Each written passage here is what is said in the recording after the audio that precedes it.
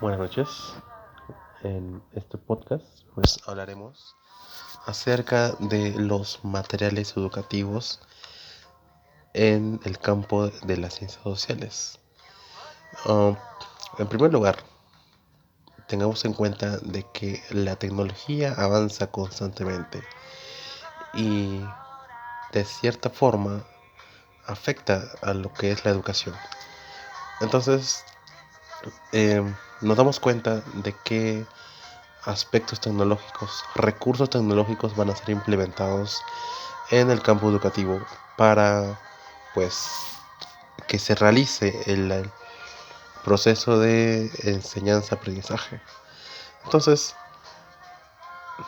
miremos algunos años atrás y hagamos la comparación en cómo, por ejemplo, nuestros profesores traían, mejor dicho, mapas de manera física y ahí uno a gusto pues aprendía, ¿no?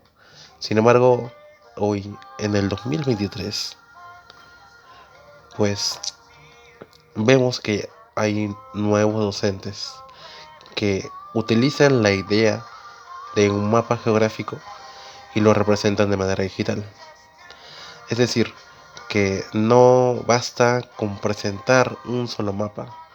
Es posible recrear una línea histórica, por ejemplo, sobre el antes y el después de tal hecho histórico referido, o si es que nos estamos refiriendo pues a la parte territorial, ¿no? Quizás antes y después cómo era deshabitada cierto territorio y después de ciertos años cómo es que ha sido dominado por tal sociedad. Entonces, ese tipo de mapas interactivos, por ejemplo, es una muestra de los avances que van a ir habiendo en la parte de los materiales educativos, en este caso de las ciencias sociales. Y no es el único caso, ¿no?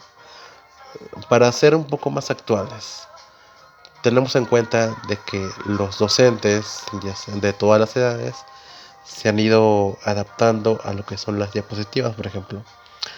Y bueno, cada docente ha ido creando diapositivas a su manera. Y tenemos en cuenta de que este año, 2023, hablar de simples diapositivas suena muy básico, porque solamente presentar una diapositiva con puro texto no es un recurso didáctico, ¿no? El estudiante simplemente se va a aburrir, no va a prestar atención, que pereza leer, ¿no? Pero si el docente llega a ser un poco más creativo al utilizar diapositivas, mm, un ejemplo es el mapa didáctico que he mencionado, pero hay muchos más, ¿no?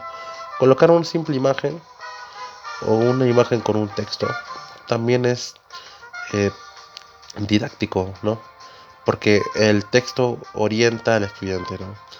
Pero orienta ante una imagen, pues, que no logra reconocer, o por lo menos que el docente eh, pueda ver, analizar, que el estudiante no llegue a entender la imagen, ¿no?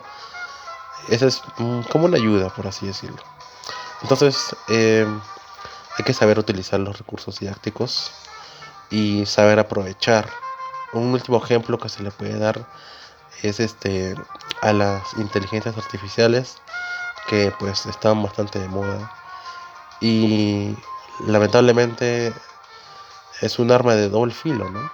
Porque los estudiantes pueden utilizarlo a su favor para simplificar sus tareas, ¿no? Para hacer más fáciles sus tareas y no hacer lo que se les pide en cuanto a ensayos, monografías, etcétera.